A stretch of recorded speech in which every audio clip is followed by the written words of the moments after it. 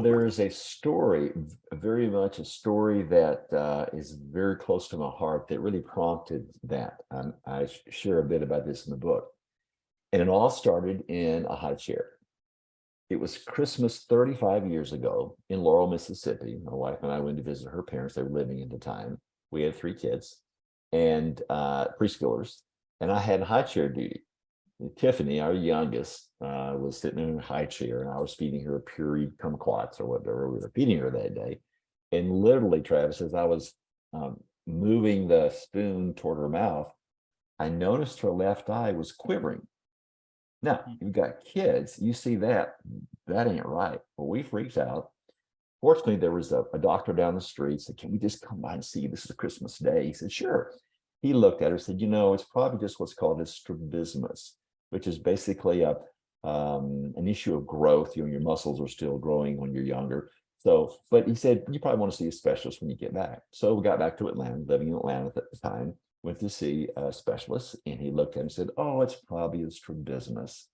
But let's just do a scan just in case. And that was the time CAT scans were the main thing. MRIs were just now getting in vogue. So we set that appointment. Tiffany had the CAT scan. On the way back to her little rental home, as we stepped in, opened the door, the phone was ringing. Ran into the kitchen, picked it up. It was the doctor. I'm like, this is odd. This is very, very quick to hear a response. He said, Mr. Stone, we have gotten the results from the CAT scan. I said, okay. Say, we have noticed that there's a lesion on Tiffany's brain. I thought, lesions like, a scrape, antibiotics, and it'll be fine. Didn't realize that was the general term. Then he said a statement that literally changed our lives. He said, Mr. Stone, your daughter has a brain tumor.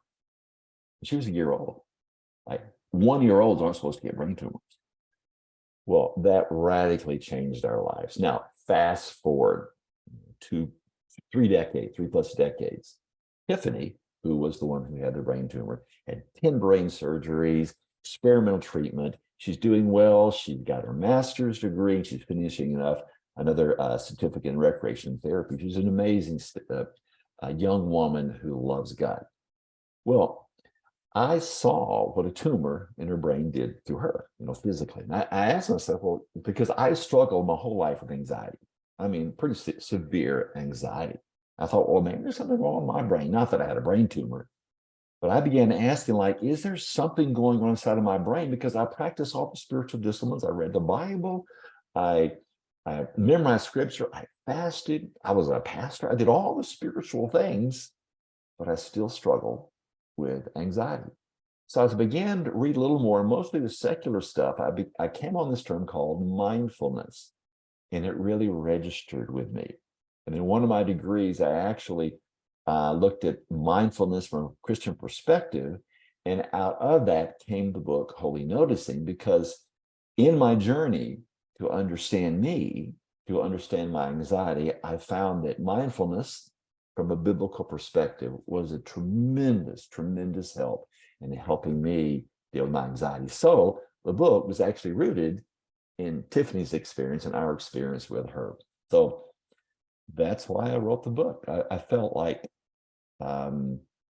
believers wanted a tool that would be biblically rooted and yet also embrace some of the science that's really becoming the forefront now about how the brain works and mindfulness. Because most of the literature, if you go to the bookstore, most of the books on mindfulness are based in Buddhism. And so it can, for Christians, I'm not so sure about that. But I wanted to create a tool, the book, that would put the cookies on the lower shelf from a biblical perspective so that people might be able to experience what I did, how it helped me. So that's the genesis of the book. So give us a definition. I mean, you've said it's mindfulness, but give us a definition of holy noticing. Yeah. Well, I've defined it this way, as an art.